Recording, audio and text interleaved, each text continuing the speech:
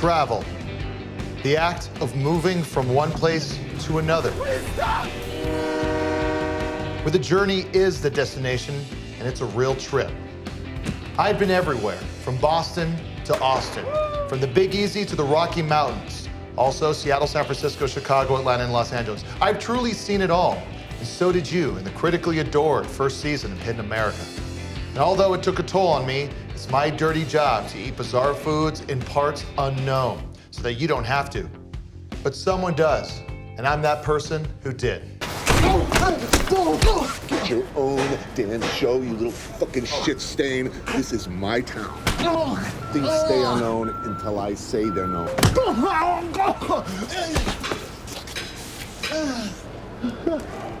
Pathetic.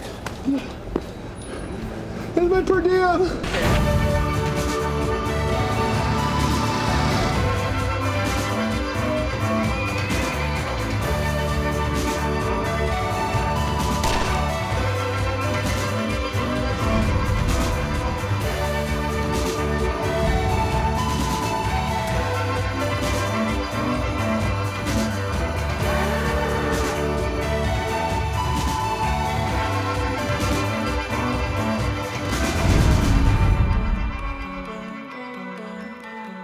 To find out more about my family's rich legacy here in New England, I met with local historian Nicole Hartzell. Your great-great-great-great-great-great-grandfather, Jonah Ray, came to this town with his family from the north of England. That's incredible. Yeah. So here's a picture of him. Wow, look at that, huh? Isn't he? He's a homely guy, isn't he? Yeah, you're real stern and real... No, I think a lot of people thought he was mentally retarded. But okay, so what was he? Was he the mayor of the town? Was he the town crier? Did people come to him for stories? Would he regale the town? No. Actually, this is where the story gets really interesting. Shortly after Jonah got here, the Salem witch trial started. A voice of reason and a crazy time, I'm sure. Not exactly. No, Jonah accused more people than anyone in town. As a matter of fact, he's responsible for 37 deaths. Yeah, but those were probably the actual witches then. Witches are make-believe. There's no such thing as witches. Now. Right. So anyway, yes, they were mostly women who refused to marry Jonah. That's sad, huh? Yeah, but also like fewer witches. No, there were no witches. Okay. Doctors, teachers, wonderful people. So who didn't he kill then? Prostitutes, mainly. But then he died shortly after that, and he survived by his only son. Died a hero and his died of syphilis. Okay. And he had a son. He did have a son. Yeah, and I'm sure his son learned from his father's mistakes. So here's Jonah Jr. He's burning a woman at the stake. The Salem trials are over. He just burned random women. Yeah, but she looks clearly like a witch. There were no witches. Here's Jonah III. He would get prostitutes pregnant, and then he'd throw the baby in a dump. Okay, that's clearly him catching a baby that someone else... No, he would throw him in a dump. Finally, there you go. How about this? Goat fucker. That was his whole deal. It looks like he's helping. No, he would raise goats so he could fuck them. To get a better understanding of the arts and culture of Boston, I went to the Bell in Hand Tavern to meet with celebrated poet Charles Quint. But it turns out Hidden America wasn't the only travel show being shot at the tavern that day. Apparently Scarfing USA with Chaz Duffy was shooting one of its gaudy food competition segments. Hey, looking good, Duff Nation, and I want to kiss every single last one of you. Hey, if it isn't Mr. Jonah Ray. How you doing, Ray Man? Chaz, we're shooting our show on the other side of the restaurant. Hidden America? Yeah. Oh, man, I can't wait to see it. What channel is it on again? It's on a digital platform. A digital platform? What's that? A digital platform? It's not TV? It's where TV is headed. So, we are shooting our show over there, and you're being pretty loud. I'm not sure what you're doing. Oh, that's right. Scarfing USA is here in historic Boston with Chef Katie to see if I can take on the Oyster Onslaught. Katie, tell us a bit about the challenge. Well, I've got 25 oysters for you, and you've got 1 minute to suck them down. Oh, 1 minute. Let's see where that ranks on my scuffometer. Whoa! Level 5 scarf. Oh my God. I don't know if I can do it. Do you guys think I can do it? If you do, give me a hookaboo. That doesn't seem that bad. I could probably. What's that? What? 25 doesn't sound that hard in 1 minute? Yeah, it doesn't seem that hard. Oh, wow. It sounds like my homeboy JoJo is throwing down a little challenge for old Chazimataz. No, I'm not gonna challenge. I'm not gonna do the thing. I don't really like oysters. Wussy hound. Wussy hound. Wussy hound. Wussy hound. Wussy hound. Wussy hound. Josie is a little wussy cat. You know what? Okay, yeah. With the crowd being split right down the middle and Chaz accepting my challenge, I figured I'd give the crowd something to really kookaboo about. Hey, can I get a kookaboo? That's my thing, JoJo. Yeah, sorry, just put him down, just yeah. Yeah, welcome back to Scarfin' USA with Chaz Duffy. I'm here with Jonah Ray, and she and I are about to take on the oyster onslaught. Let me hear you say, a kookaboo! You hear that? They fucking love me, J-Bone. And you? I'm gonna dominate that skinny ass of yours. All right, guys, let the onslaught begin. Count us down. 3, 2, 1, let's go! There are 2 things you should know about me. 1, I never back down from a challenge. And 2, I'm deathly allergic to oysters.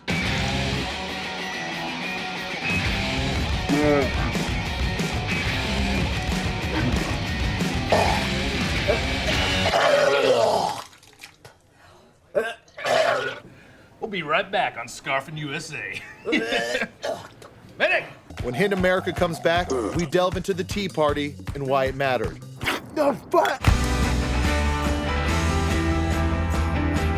Founded by Swedish pirates in the 1700s, Chicago is well known for being a city drenched in politics. But one man, known as the People's Mayor, is beloved by Chicagoans, even though he's never won an election. He's a bit of a local hero thanks to his eccentric commercials that have garnered hundreds of views on the internet. Well, I want to talk about your box them up and ship them out campaign. Hi, I'm Marty Lerman, and I've got 1 minute to tell you why I should be the mayor of Chicago. Give them to me. Higher taxes. We're gonna box them up and ship them out. Aldermen who don't fix our roads. I'm gonna ship them out. Blacks. Yep, you're shipped out too. Goodbye. No, wait. Give me the blacks back. Don't use that. People said, Lerman, don't do it live. And I said, you don't tell Lerman what to do. You should have listened to them. But here's the thing. What I meant to say was, let's get more jobs for African Americans. Why did you keep on talking, though? You kind of made things worse the longer you went on. Immigrants! Blacks, you ought to look out for the immigrants. I mean, if Native Americans moved in here, forget it. You think they don't remember? You goddamn right they remember. It's time. Got it. The blacks. I meant so many good things about the blacks. How much time do I have left? But I made up for it. MC Lerman. MC Lerman. The name is MC Lerman, and here's my sermon. Number of times I've been with a black woman twice. Here's some other things you people find nice. Watermelon, fried chicken, white women, what? People will still come up to me today and do this. It's really offensive. Tell me what part's not true. You're stereotyping black culture. I was saying things that were true. Everyone likes watermelon. That's everybody. But to say that this... I had been with 2 black women. That doesn't excuse you from... Excuse you! Excuse you! Vote Lerman, you get the fuck out of here! I'm just trying... You get the fuck out, you! You gotta hand it to Marty. He exemplifies Chicago's second city spirit, which is confused, racist, incapable of justifying a miserable existence. It doesn't get more American than the Golden Gate Bridge. Designed by the Spanish, built by the Native Americans, and then sadly, taken siege in 2011 by a group of hyper-intelligent apes. Now, it's known across the world as Monkey Bridge. I'm in a constant state of awe of the city and the people that come from here. You got Steve Jobs, Harvey Milk, Danny Tanner, the list goes on. This is San Francisco. This is where culture is countered. Oh my God! Somebody just jumped. Can't we do one take where someone doesn't jump off the bridge? It was time to indulge in some delicious vegan cuisine, courtesy of Dan Ling, a second-generation San Franciscan restaurateur and owner of Not Meat, the hottest new vegan restaurant in the city. When my dad came here from Shanghai, he was trying to combine traditional Szechuan cuisine with American sensibilities. And I guess I'm trying to continue that legacy, but with vegan food. Yeah, vegan food sounds perfect right now. Well, I assure you, at my restaurant, you will feel like you're eating a vegan meal. Yeah, no, it's because it's vegan food. Well, not exactly. The restaurant is called Not Meat, like the not is in quotes. Oh, I don't think I noticed that. Yeah, it's because we like meat. Our most popular dish by far is the buffalo chicken wangs. Okay. What we do is we take real chicken wings and we grind them into a dense foam, and then we shape them into these nuggets, and we bread them and fry them and serve them with our famous dairy-free buffalo sauce. Made with butter and buttered hot sauce. Yeah. It's good with the onion. The onion? It's onion on the outside, and then in the inside it's chicken. Yeah. Yeah, it's just chicken right in there. And other birds. I'm sorry? And other birds. What other birds? I don't know.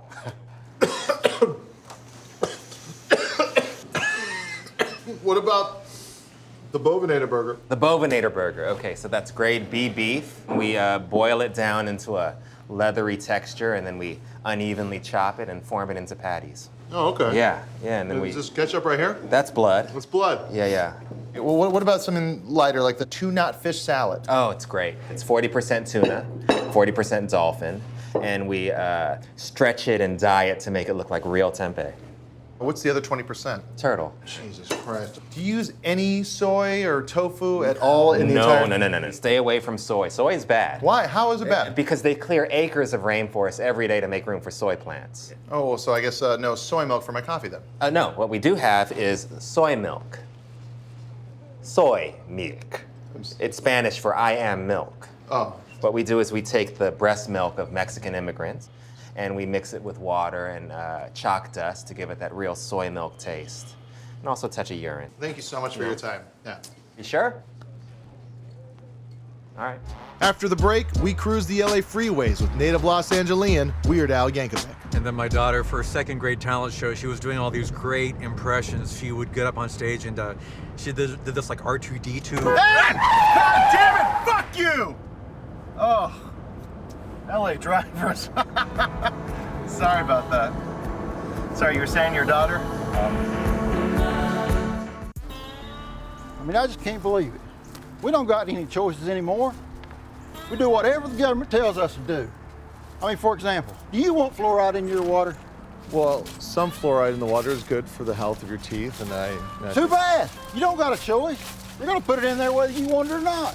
When you hire somebody for your show, do you hire them based on qualifications or on the color of their skin? Well, consider... Well, too bad. It doesn't matter. You don't have a choice. The government's got quotas you got to meet. Now this gay marriage. They telling me I got to get gay married? Okay, Bobby, no one's telling you you got to get gay married. Too late. I done married my buddy Zeke. Howdy. How's the fishing? Not even a nibble. You see what these sicko liberals are making us do? And see, before gay marriage was legalized, I could have married any lady I wanted. It cuts to now, and I'm stuck here married to Bobby. Yep. We decided to go ahead and get it done before the government made us do it. This country, man, it's just going down the drain. Hey, I got a crepe station up at the house. You guys want to head up there? Make your own? Sure. Okay, huh? That'll cheer you up, baby. Great. Bobby was so committed to making a statement that he and Zeke moved into a quaint little country home right outside of town. As you can see, we picked an open floor plan. It combines a living room with a kitchen. Yeah, I'm just glad my pappy ain't here to see this. Oh, is that your dad? That's, that's him on the left there. Oh, and that's my paw right there. I see you still got the gun. We got rid of all the guns, though. That's the next thing the government's going to come after. Ain't that right, Zeke? Apparently the man doesn't think it's safe to have guns in the house when you got a little kid running around. You guys have a kid? My dads are awesome. They're always holding hands and kissing because that's what the government wants them to do. And they said when I grow up, I can be anything I want to be. And that sexuality is fluid because that's the way things are running anyways. Now she's going to go off and get a good Ivy League education, come back here and take my job. It's just another immigrant taking an American job away. I thought you were in your own business. I do. I run a clinic for unwed mothers. You're a doctor? Oh, I know. Oh, look at me, the fancy liberal doctor. I'm gonna go off to Sonoma Valley next month and go on a wine tour with Zeke here. I said that sarcastically, but we really are going out there next month. Oh, you're gonna love it. This is where the magic happens. We make love in this bed every night. Because pretty soon there's gonna be an amendment where we have to do it anyway. Are you happy, Mr. President? Hey, we better get going. It's almost time for mosque. What? Oh yeah, we're Muslim now. Yeah. Oh.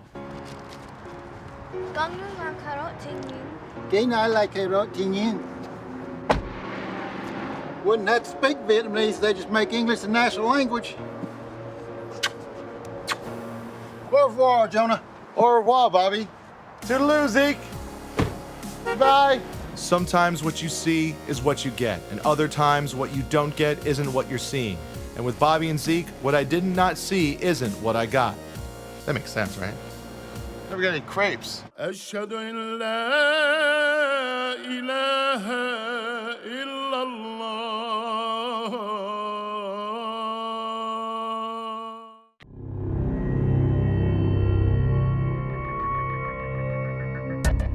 We are living in George Orwell's 1984. But in this dystopian future, there are no time machines or Citizen Kanes, only a government that monitors our every move. They say it's in the name of national security, but I don't feel any safer. Do you? Yes. Yeah, absolutely. Yeah, man. Yes. Oh yeah. Well, I don't. As it turns out, it's really hard to get clearance for an interview with the NSA. So we're not going in as journalists, but under the guise of a crew for the very popular show, Political Bloopers and Goofers. Tonight on Political Bloopers and Goofers, Senator Grassley shows Congress his Dungeons & Dragons adventure. Senator Einhoff gets cold hands, and Senator Cruz reads Congress a bedtime story. So before we get going, I just wanted to tell you all how much your show means to me. When my dad was in hospice, the one thing that we could really just laugh about was Political Bloopers and Goofers, and it was a thing we had together. Thank you. It's a real honor that you're in my office. I'm going to read something to you, Mr. Dyson. All right. Our whole world is sitting there on a computer. It's like this little electronic shadow on each and every one of us, just begging for someone to screw with. And you know what? They've done it to me, and they're going to do it to you. I don't know what that is. It's a quote, Mr. Dyson, from the 1998 cyber thriller The Net, starring Sandra Bullock. You're not really from Political Bloopers and Goofers? No. We're actually from the crew of Hidden America with Jonah Ray. Sorry, the what with who? There's Hidden America. I'm here to take you to task for spying on the American public with their own tax dollars. What did you say your name was? It's Jonah Ray, right? No. Jonah Ray Rodriguez. Why are you hiding your name? I'm not. It's just a stage name. It's just like a stage name? Yeah. Because you're trying to make it in Hollywood? I am making it. This is my show.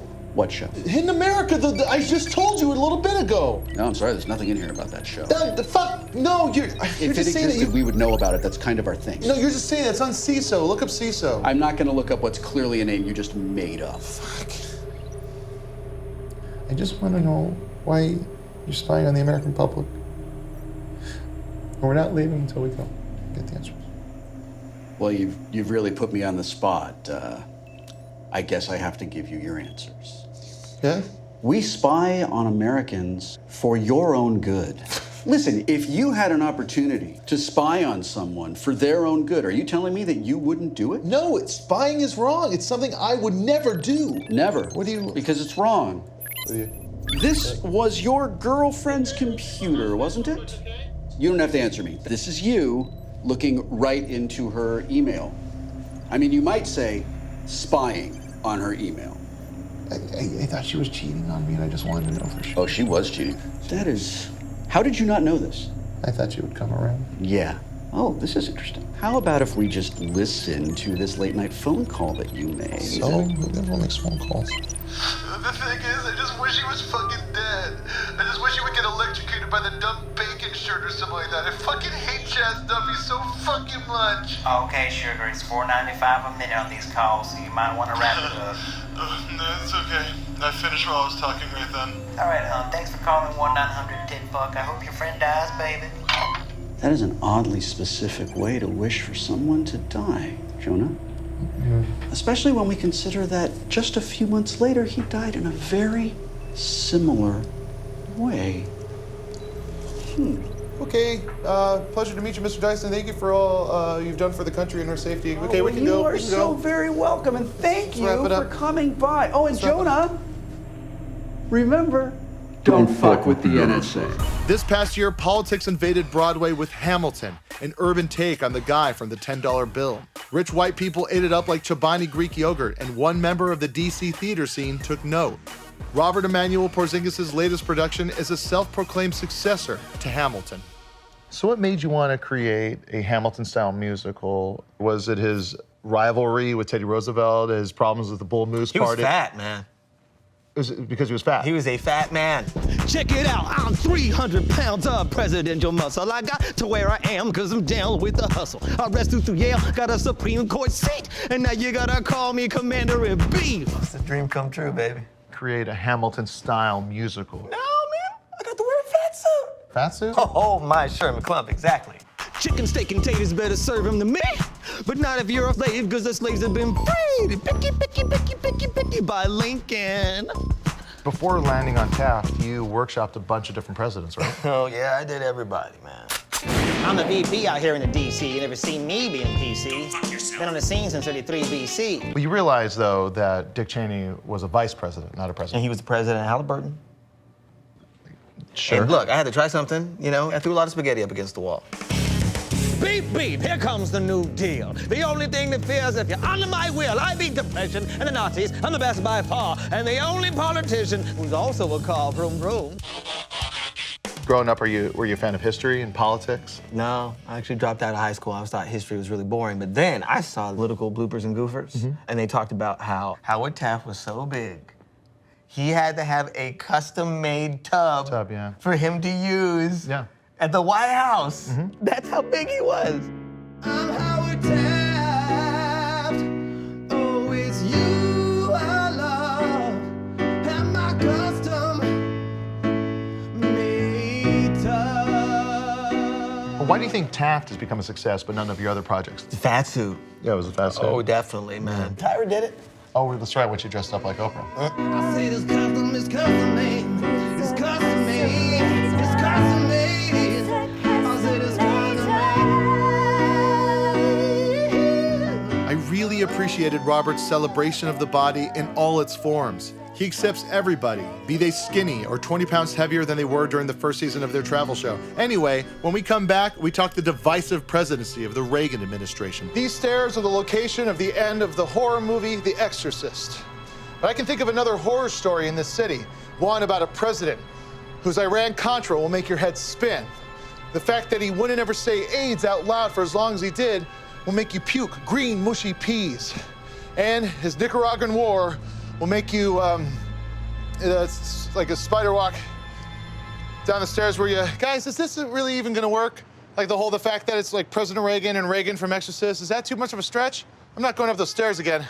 Oh, God.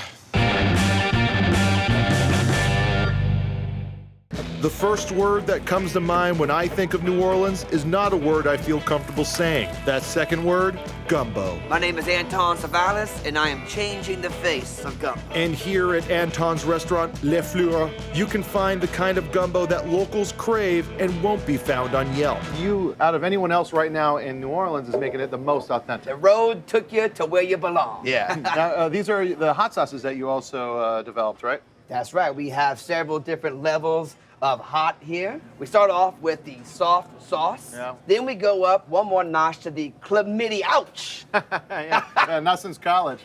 Oh, you spent time here in college? No. Someone else is making. No, I'm at the SUD. I had the SUD. Well, and finally we have 9/11 sauce. The sauce so hot you'll never forget. You know what I'm saying? The horrible event that happened. You gotta appreciate it because I took a thing that happened. Anton is as passionate about politics as he is about cooking, and it shows.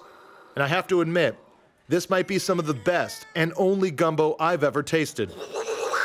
That's building 7, right? Okay, let's get to it. It was an inside job. You know, a good gumbo is a whole lot of ingredients coming together to create something that's undeniable. Yeah, I agree. Like the one world government. Of course, there's the rice. The rice is like the World Bank, which is controlled by Paul Wolfowitz. You got the sausage. That's like the lizard people coming through the Stargate in order to build the pyramids. And then the cumin. The cumin controls the entire dish, controls everything. Yeah. Like the juice. There it is. All right, thank you so much for your time. If there's one thing I've gleaned from this town, it's that the combined elements of eating, drinking, partying, and puking all lead to one thing: Fat Tuesday, otherwise known as Mardi Gras. Mardi Gras, Bourbon Street. The chaoticness. Drunks, gutter punks, fights. Hear stories about regular folk just getting attacked. They come to have fun. Originally started as a jubilee for the eradication of overweight residents, Mardi Gras is now the world's biggest party. And you too can own the Too Hot for TV Mardi Gras VHS for only 99 cents. And it can only be purchased at one place, Mardi Gras Zone, Louisiana's only 24-hour Mardi Gras supply store. And if you're an employee here at Mardi Gras Zone, you are required to party from the moment you clock in to the second you pass out. I used to work at Stop and Go. That shit sucked. This is the best job I ever had. We can party every day, 24/7, all through the magic of capitalism. We're like a family here. It's like that island in Pinocchio or Reno. I just want it to be known, I love my wife. I don't like the man I am when I'm here. You know, I was sober for 6 years before I started working here. You want to know about real disappointment? It's taking the only job available to you so you can keep your kids, and that same job being the reason your kids get taken away. Hey, Jack! Teddy's on deck. Got a bunch of frat boys just bought a whole case of beads. Let's go. I'm not paying you to smoke. We're like a family here. Get around. When we come back, I tackle the tough issue of sex crimes in the French Quarter. There are 5 unaccounted for murders almost every month here in the French Quarter. A relatively unknown city until the success of Grand Theft Auto Vice City, Miami has figuratively blown up overnight. With its diverse population of Seminole Indians, communists, and New Jersey natives, Miami's a cultural melting pot. Miami's a sunny place for shady people. Most people come here to live life to the fullest, so I sought guidance from those who have lived life to the longest, Miami's retired seniors.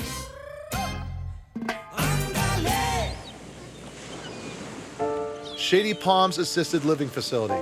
It's where I would gain priceless wisdom from its once vibrant residents whose knowledge I was eager to sponge up while the sponging was good. And, and then they were alive. So you're getting to that point in your life, the depressing part. Is there any kind of advice that you would give your younger self or any young person right now? Oh, I'd say the most important thing I've learned is don't be a poser. Oh, that's so beautifully put and simple. I love it. Yeah, don't be a poser. Don't be someone you're not. Don't try to be something you're not. Be who you are. So, Herb, what kind of advice do you give your grandkids when they're struggling in their lives? I don't talk to my grandkids. Oh, sorry. Guess I'm one bad grandpa. Is that hard for you? Do you have a lot of guilt because of that? I don't know. Too busy being a dirty grandpa. You know, a lot of people in their golden years say that love is the unifying factor of all of life. And I'm a rapping granny, and I'm here to say I ain't baking cookies all the live-long day. Talking to all these old people, I realized something was up at Shady Palms. Something shady. Cool. All right. Okay. Cool. What's your Twitter handle? Oh, I'm Come on on, Twitter. man. What's your Twitter handle? I need more goddamn followers. Because what I thought was just your run-of-the-mill humorous dementia was actually something much worse. In these uncertain economic times, the residents of Shady Palms have resorted to supplementing their low fixed incomes with social media ad revenue. Get a new data plan, fool. Yeah, I was sick for a long time. The treatments were very expensive. Insurance didn't cover it and wiped me out financially. So this is the only way I can make any money. I mean, Rick, how'd you even get started in all this? Back in 2009, my grandkids filmed me reacting to 2 girls, 1 cup. Hot, yeah, ugh. Brian B. About to show Grandpa one of my favorite videos. Two girls. 1 cup. That's ice cream, right? No, man, that's shit. Turn it off. I can't turn it up any louder. Grandpa can't even handle 2 girls, 1 cup. Brian B. After this video went viral, Brian B. and Grandpa Rick started making more and more money as Brian's star rose. But not everyone here does it for the money. I rap so that maybe my grandkids will talk to me again. Don't tell anybody this, but Warner Brothers is trying to adapt my personality into a major motion picture. And if it sells,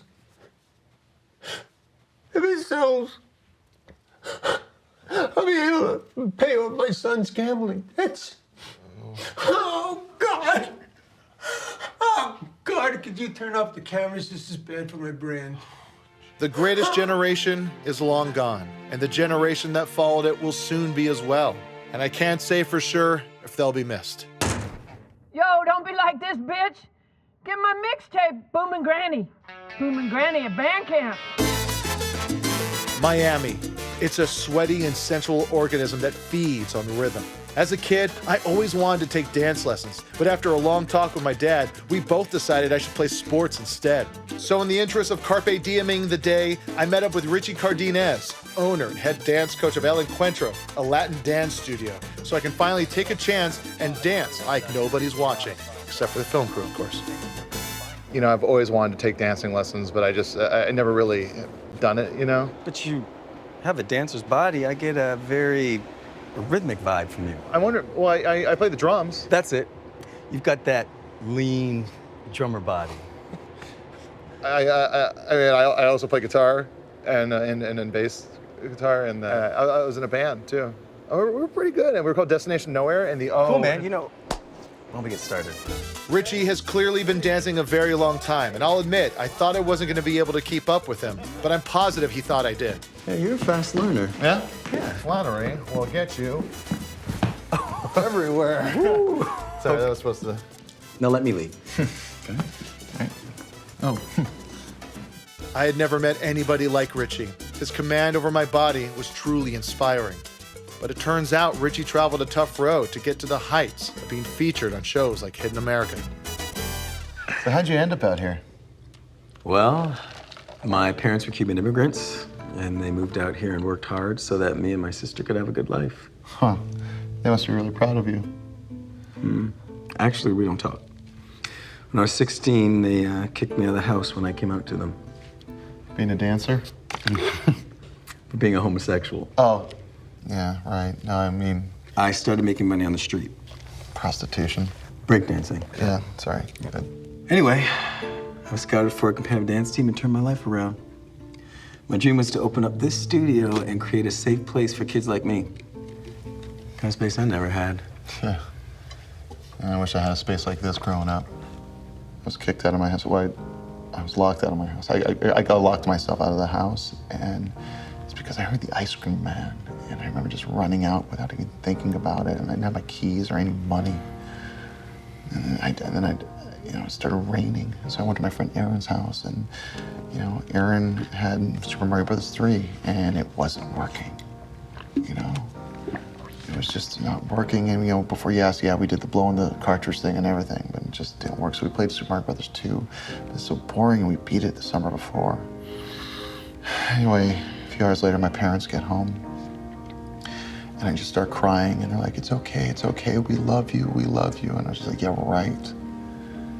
And then they took me to KFC to cheer me up, and then I had too much KFC, and then my tummy hurt, and I got real sick. It's one of the worst days of my life. Oh, well, that's rough. Buddha says all pain is equal, so in the end, it's Let's get back to the lesson. Like Stella before me, I was getting my groove back too. Miami is a magical place where you can finally live your life at full blast, and I was ready to do that. Oh! That's good. Okay, yeah. Nice. Whoa. What's wrong? What are you doing? What am I doing? I'm following your lead. I think there's been a misunderstanding. I thought this was a dance studio, not a front for hurting people's feelings. Now get that key.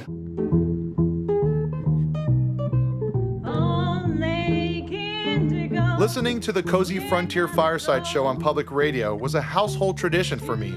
Every single Saturday night from childhood straight through my senior year of high school, including prom night, which I proudly rocked Stag.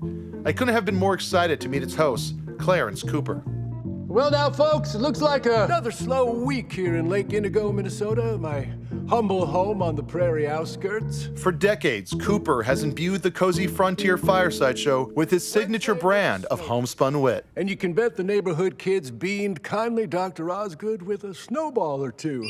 Ouch!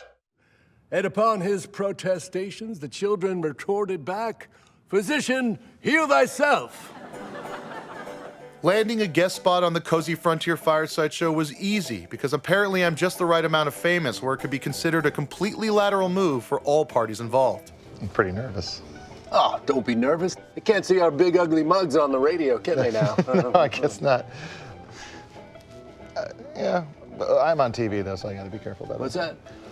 No, no, I meant like I'm on TV. You're on radio, so you don't have to worry about how you look. Oh, I see. You think being on TV makes you better than us, huh? No, I didn't mean to imply that. I just meant that I kind of have... I'm just joshing around, so we're gonna have a lot of fun out there. Awesome. Thanks so much for having me on. And folks, looks like a handsome stranger's wandering down Main Street as we speak. Oh, hello there, handsome stranger. What brings you here to Lake Indigo, son? Well, I'm a model train collector. And I heard that this is the tiniest town in this fair region. Well, I mean, who's the mayor here? Mini-me? Big shot city boy, huh? Coming in and putting down the locals, right? Oh, no. I mean, your town's so tiny. I mean, I need a magnifying glass to see this motherfucker. Am I right? I'm like Pink Panther walking around here. Looking around. Yeah, you guys got it. You're on thin ice, punk. Watch it. Anyway, this week's show is brought to you as always by Butter Stick Biscuits, just like Mom used to make. Butter Stick Biscuits, the biscuits just like Mom's. Hey, is everything okay? Did I mess up or something? Oh, you fucking messed up big time, boy. Big city boy coming in here, big dick swinging, thinking he can put down Lake Indigo. Take it easy. We're just trying to have some laughs. The Cozy Frontier Fireside Show is where I make my fucking money, honey. If you come in here and act like you're better than the show, I will fuck your life up. Are we clear? Are we fucking clear? Yes, Jesus Christ, yeah. The biscuits just like Mom's. Thank you very much. The Cozy Frontier Fireside Five. So, back we are here with Jonah. Jonah, I think it's funny to drive into town in your red Corvette, wearing your shark skin suits, scaring all the geese. Now, folks, we don't like show-offs here in Lake Indigo, do we now? No! I don't drive a Corvette, The fuck you do, Doc Hollywood. You speed all over town with no regard for the safety of others. Well, it must be someone else because Look out, look out, look out, look out! You ran over my wife! Oh, you are going away, pal. You are gonna fry for this. What the fuck? We cut to the courtroom. Jonah Ray Horowitz, probably. You're charged with the manslaughter of the lovely Linda Cooper and of being a gay. How do you plead? Innocent. Guilty. Take this Jew away. Jew? And now for some mellifluous melodies of merriment, the wonderful Cranberry Sisters, ladies and gentlemen. Step right up, girls. None of this was in... When the boys of Iwo Jima come marching back. Hey, Clarence, what the fuck is going on out there? I told you not to fuck with my show. Hey, I'm sorry. You're the one just trying to throw me under the bus out there. See those three Cranberry Sisters? Yeah. I fucked them. I fucked them all after my wife died. Gross. Nothing matters anymore, Jonah, baby, except Papa getting his dick wet. Hey, what is that? Grandma's baking powder, baby. Mixture of Viagra and cocaine. Meeting the sisters in 10 minutes. Gotta get ready. They're pulling a peg train on me later. Oh, Jesus Christ. Oh, yeah. Peg train.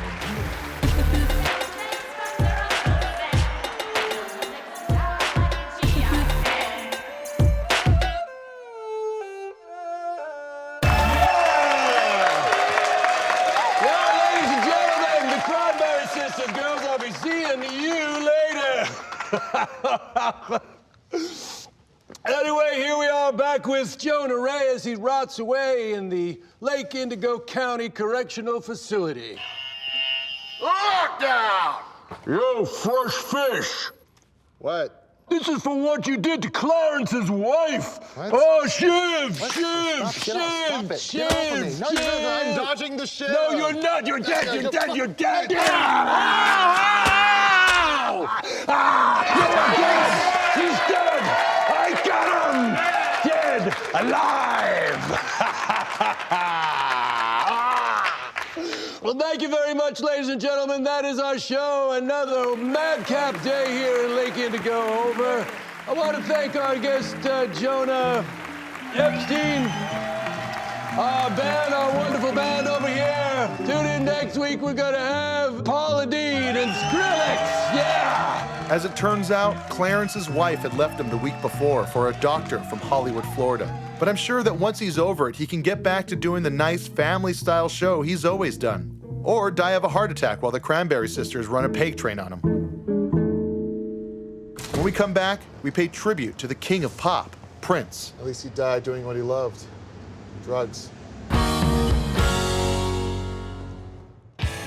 Living in sin with a safety pin. Cleveland rocks, Cleveland rocks. So goes the Presidents of the United States of America hit ballad, Cleveland Rocks. It's impossible to talk Cleveland without talking the Rock and Roll Hall of Fame. And it's about time we head into the pyramids for a rock down memory lane. 1, 2, 3, 4.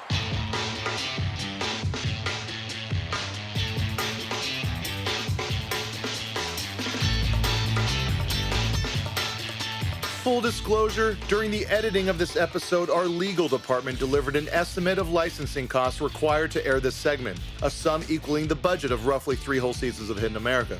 So while we can't show you my visit in depth, trust me, my time in the Rock and Roll Hall of Fame was a sonic pilgrimage through a rock mecca. From the earliest inductees, like the king himself, Elvis Presley. Ooh, doggy. You're a bad, bad hound. Oh, doggy. To legends like Queen. You can pray it's all the same. Legends are not born, legends are made. And the sonically progressive Talking Heads. Here I am thinking, what if I quit booze and took up drinking? And who could forget the original Kings of Summer, the Beach Boys. When you're driving down the coast in your red hot rod and a real hot babe goes walking by, you take out. Unfortunately, this little known but 100% authentic Beach Boys song was the only one we could officially license. But our all-access coverage of this iconic hall is unprecedented in the world of vertically integrated digital multi-platform travel programs. Surfing. You know, growing up in Hawaii, hanging 10 was a big part of life for the guys that used to beat me up. And the last place I'd expect to find a surfer was here, in Cleveland. In the winter, in Cleveland. Meet Brody Kirby, Ohio's Soul Surfer #1. This is my favorite place to surf in Cleveland. You got a good 5-6 foot swell on a northeast, man, this will light up like Rockefeller Center. I mean, I've never been to Rockefeller Center, but I know they got a lot of lights. I've never been to New York. I've never been outside of Cleveland. You know, people always ask me, Brody, how can you be a surfer? You've never even seen an ocean. You don't need to see the ocean. You know, surf is where you make it. Since the late 1960s, surfing on the Great Lakes has become an obsession for a dedicated few who are chasing an endless winter. What does one need to catch some tasty curls out there on Lake Erie? All right, well, first things first, the waves don't get big enough to curl over, but I like that you're using the lingo. That's very cool. Oh, thanks. Well, no, I'm from Hawaii, actually. No way. Yeah, born and raised. Very cool. Birthplace of surfing. Yep, yeah, it is. I bet you they're gonna be pretty jealous when they find out you surf some sweet Ohio spots, dude. You know, the things you need to surf here in the Great Lakes are the same things you need to surf anywhere in the world. Okay. You need a board, you need a leash, you need a suit, right? Mm-hmm. However, the suit is just a little bit more. So you're gonna need a 5mm suit with an attached hood right there. Then you're gonna need 7mm boots, lobster claw gloves. That just keeps these 3 fingers warm and then these 2 really cold. It's not too cold yet because it's the early winter, but you wanna cover your face in Vaseline. Board scraper, just a normal car scraper that I put palm tree on. Oh, that's fun. Yeah, that's fun. You're gonna wear this watch because after 40 minutes, your suit will freeze. Take 2 of those. They just keep your blood thin, so your blood is less likely to freeze. So it's like antifreeze for your blood. Actually, there's a little bit of antifreeze in there. The Holy Bible, I consider it an insurance policy. A safety light. If you do have an accident, the Coast Guard will be able to find your corpse much quicker. This is your boot knife. Why would I need a knife out there? There's a lot of vegetation on the bottom, and it can kind of grab you and hold you down, which is what happened to Charlie Thompson. And he didn't have his boot knife on him, and now he's dead. Oh, so needless to say, Charlie don't surf. I mean, I know that expression and everything, but he is my friend and he is dead. Yeah, no, I'm sorry. I didn't mean to. I was trying to. Let's go surf, bro. 1, 2, 3, 4. When you're driving down the coast in your red hot rod and a real hot babe goes walking by, you take out boogie boards and you go for a swim. City wind flowing through your hair with a girl on your arm and a surfboard too. Oh my God! This is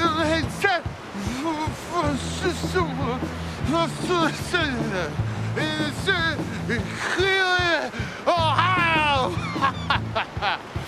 Surf party at the beach. Fuck, man!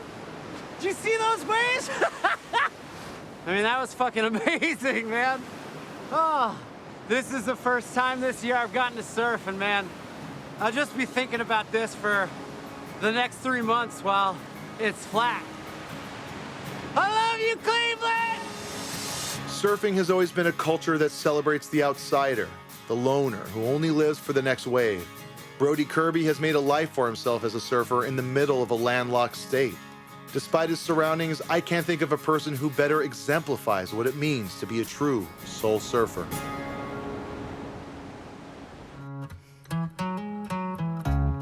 Outside of the Fremont Troll, one of the biggest tourist attractions in Seattle is Pike's Place Market, where people from all over the world come to eat, shop, and take photos of images that are already wildly available on the internet.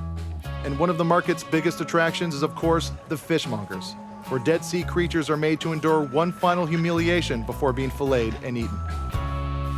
I'm a fishmonger, which means I sell fish or throw fish around these parts. Yo, you got a pretty good arm, though. I saw you throwing those things. Oh, you should see my dad. They called him the rifleman. He could toss a halibut, man. Oh, no way. He used to work here, too?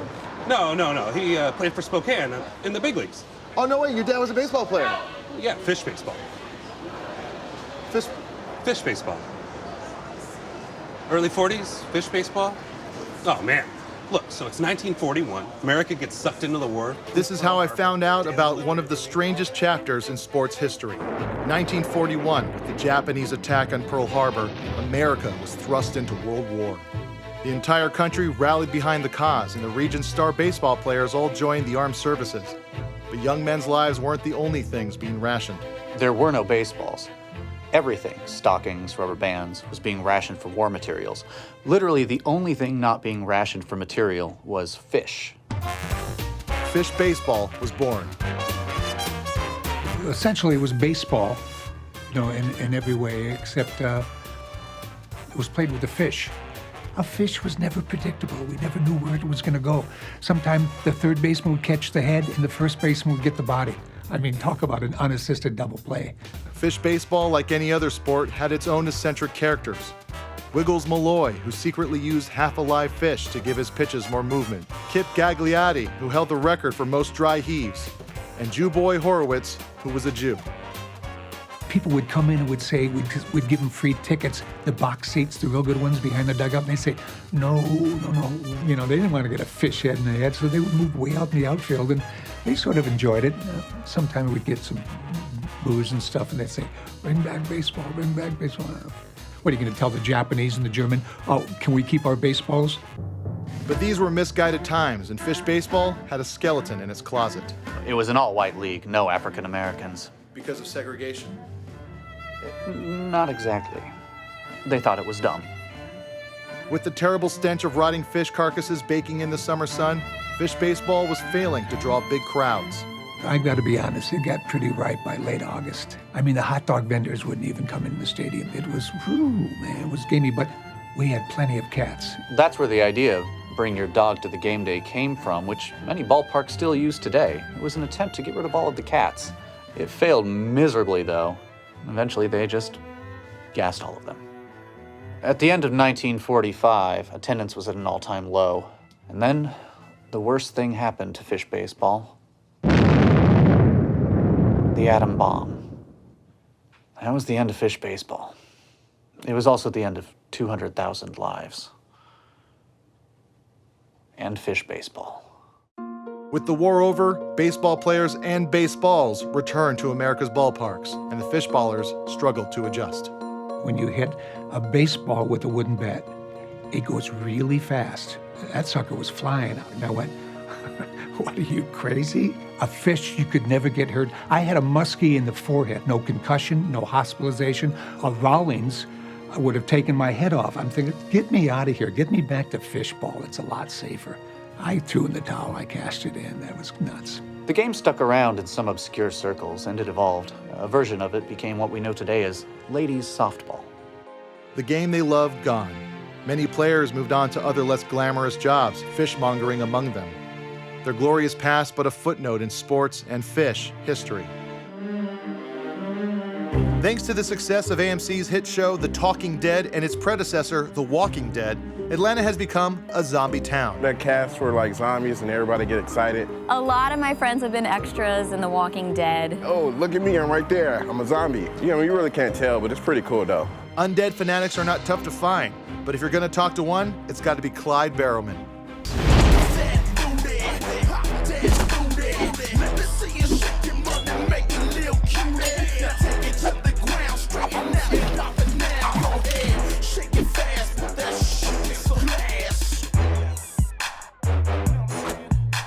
After Clyde caught his breath, I continued my interview with him, but it would appear that Clyde was more interested in interviewing me. I got one for you. Let's say one of your loved ones gets bit. What do? Well, I'd like to say that I would comfort them until they die, but in all honesty, I would probably break their leg and leave them for dead as a distraction. That bad? That's perfect. That's one of the best answers I've ever heard. It is? Yeah. Oh, awesome. Yeah. I think you're ready for this next thing. What's the next thing? Clyde then took me to what he calls an all-immersive zombie obstacle course. Up ahead is a all-immersive zombie obstacle course. Wow. I mean, you could charge tickets for this for Halloween. I don't think you understand. You see, I really see you as a potential partner when the shit goes down. Thanks. Thank you. Yeah, I just want to see how you handle pressure in a typical zombie attack. We know that zombies aren't real now, but the threat is not fake.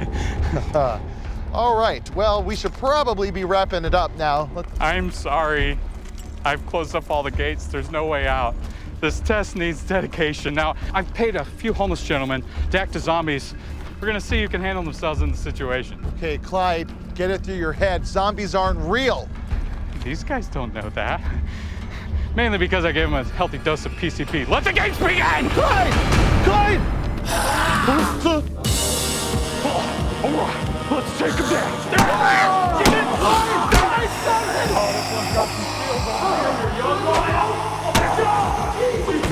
You take him down. Clyde!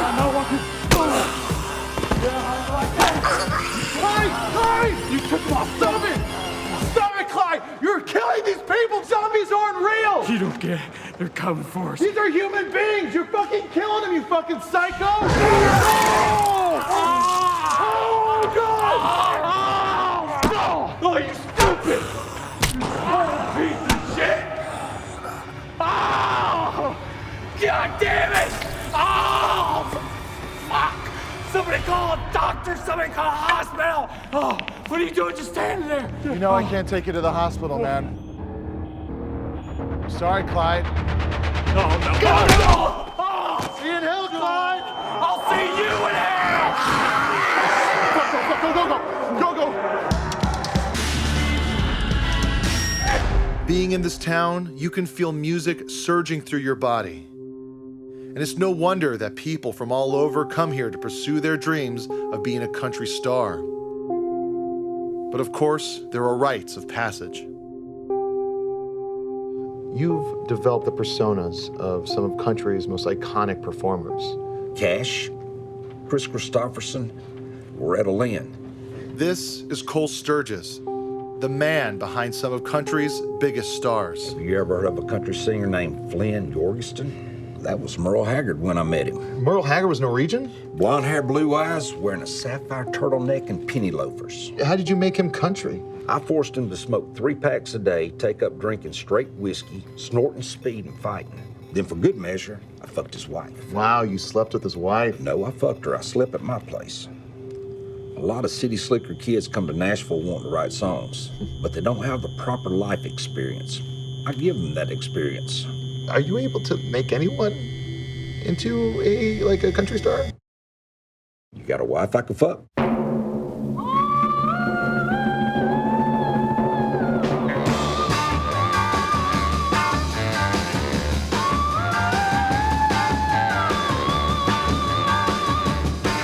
Will I hear that lonesome whistle blow? I'll soon be gone, once more I know. I'll leave my love and I can't say why. I know I'll make her cry.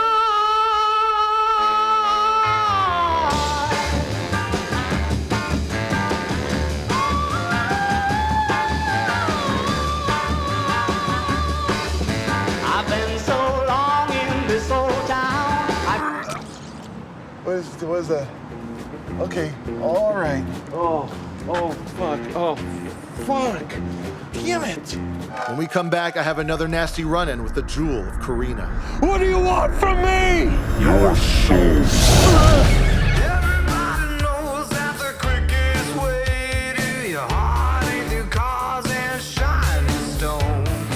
New York fucking City, the Big Apple, the city that never sleeps. Old New York was once New Amsterdam. Concrete jungle where dreams are made of. A city where you can walk the streets proclaiming, hey, I'm walking here and forget about it. And who better to guide me through these streets than the guru of grub, Anthony Bourdain, who wrote this shit. One of the producers did. You don't like it? It sucks. I think sad shit right there. Well, I think what they were doing was like using pop culture references to kind of bring in this. So where are we going to eat? Well, I thought you were gonna. I thought this was like. Me? It's your show. Yeah, but it's your city. I thought you would show us to like an unknown place, a part unknown. Oh, look, Jonah, wherever I go, I try to find the most representational dish possible. Something that speaks to the identity of where I am, wherever that might be. Mm-hmm. Now, what's the most iconic food in New York? What are we better at than anybody on Earth? Pizza. Yeah, okay. Was it pizza? Yeah. Okay. All right. Tony and I were getting along just like I predicted. After a few false starts in Nevada, it was refreshing to be in the greatest city in the world with somebody who's my exact equal in terms of cultural relevancy and success. Thank you. Thank you so much. So this is like a traditional Italian pizza, or? Italian, Albanian, same thing. Oh. There's good pizza over there, that's good, and the one down the street, that's pretty good too. The Chinese place is awesome, the one with the panda on the front. Panda Express? That's my favorite music venue over there. Madison Square Garden? Hey, I saw Drake there last week, man, front row, don't knock it. I thought you were more of like a punk club guy. No, that's for TV. Oh, come on. Yeah. No, but I didn't. Anthony's New York was not what I expected it to be. But hey, who was I to question the master? The master who was clearly becoming my best friend. So much so that he eagerly read me excerpts from his new novel about an intergalactic chef and his adventures through the galaxy. The Koechner Nebula was hot that day, but not as hot as the Ganublian sous chef, assisting Chef Bourdain in the kitchen. The smile she gave him with the second of her 2 mouths made him get harder than the Electra whiskey was stirring the Glort bisque with. She mounts the chef and rips off his apron to reveal his cooking gi. You see, Chef Bourdain is a silver belt in space jiu-jitsu. He spreads her legs like an overcooked chicken. Jesus Christ. Oh, it gets better. With their 18 wet orifices and 7 hands, they can do a lot with a lot. You know what I'm talking about here? Yeah. He was there to find his evil clone. Bourdain's arch rival, evil Queen Rachella Reyes, had cloned the chef when he was captured by her army of mutated hipster baristas. I fucking hate these bearded bastards. Fucking neckbeards. Chef has to kill his evil clone before he can become too powerful. But first, of course, the chef is going to have to butter his clone up and have his way with him sexually. Of course. Most Earthlings would scoff at this notion, but in this world, the only way to dominate a chef was to make them spum so much to the point of exhaustion that they collapse. Then, you kill them. I gotta get this. What? I gotta get this. Oh, Guy Fieri, my brother from another mother. How you doing, bro? Nickelback, yeah, no, I missed them this time. I was in Benghazi. Yeah, bro, I miss you too. New York was changing into an unrecognizable grid of chain stores and hipster bakeries. And I was starting to think that Anthony Bourdain was changing with it. I don't know, I'm doing something with some fat kid from the Seesaw or So-So. Is it some internet YouTube Digitally thing? integrated, digital. Yeah, I don't know. It's going okay, I guess. All right, keep it hard, my brother. See you at Applebee's. Great guy, really good guy. So, how'd you like the book? Every time I'm back home, I make a trip up to the Pali Lookout. The scene of the final battle where King Kamehameha I united the Hawaiian Islands. And they say if you listen closely, you can still hear the echoes of that war.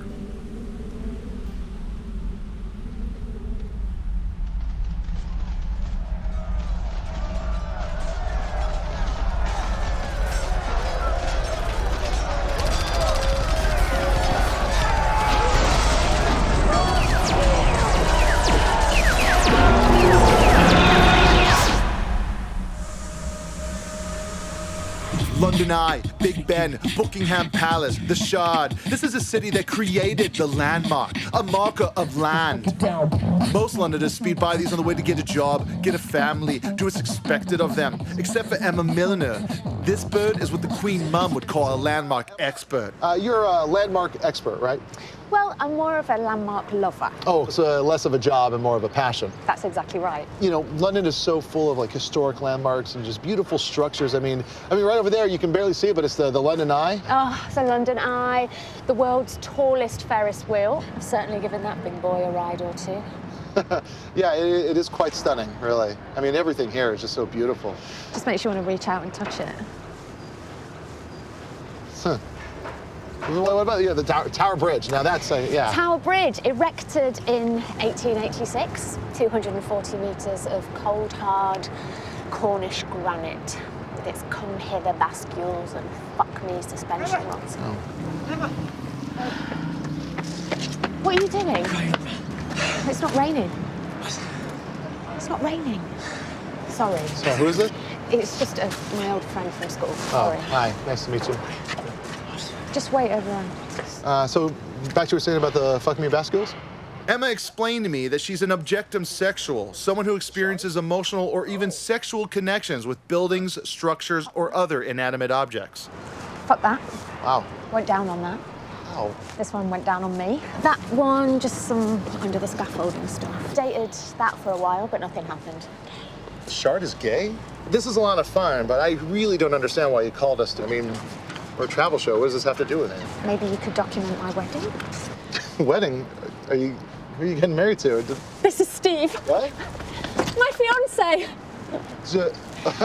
The lamppost? I've had my fun over the years with all of these big, handsome structures, and I can't begin to tell you how many times I've been arrested for lewd behaviour in public. But it's time to settle down, and Steve is kind and caring. He's got a great job lighting the path for walkers at night. Makes sense. So I just thought, we just thought, what better way to document our lifestyle than to get married on television? It's kind of a weird... Actually, wedding episodes are really good for ratings. Yeah, fuck it. Yeah, let's do it. Yeah. It'll be real fucking weird. Oh my God, thank you, Jonah. Yeah, of course. It really means the world to us. Thank you. Congratulations. Congratulations. Lucas gonna be there? Yeah. I'm very excited for you. He's my maid of honor. Hey, man. on. All right. Come on. You mostly think of Great Britain as your refined, snooty older cousin Elliot, who just thinks he's so much better than everyone. But people forget that England is also home to the notorious soccer hooligan. In fact, one of the hippest cafes in London is run by a group of these crazy sports fans. So here's the thing, right? All we want was a place of our own, where no one would bother us, where we could eat, have a few jars, and watch the football. Yeah, which is called soccer in the States. When I'm talking, you shut your bloody mouth, you fucking cunt! All of us are looking for something in this life, and sometimes everything can blend together. Cities, people, experiences can get muddled in the race towards our inevitable conclusions. We're told from day one that money is the one thing in this world that can buy the ticket to happiness. And although I was paid a good amount of money to make this show, what I found in the end is that it's not cash or fame or validation or being on an actual television channel that can make this an easier ride. It's the experiences, the people, the places that exist within arm's reach to all of us that in the end make up what's great about Hidden America.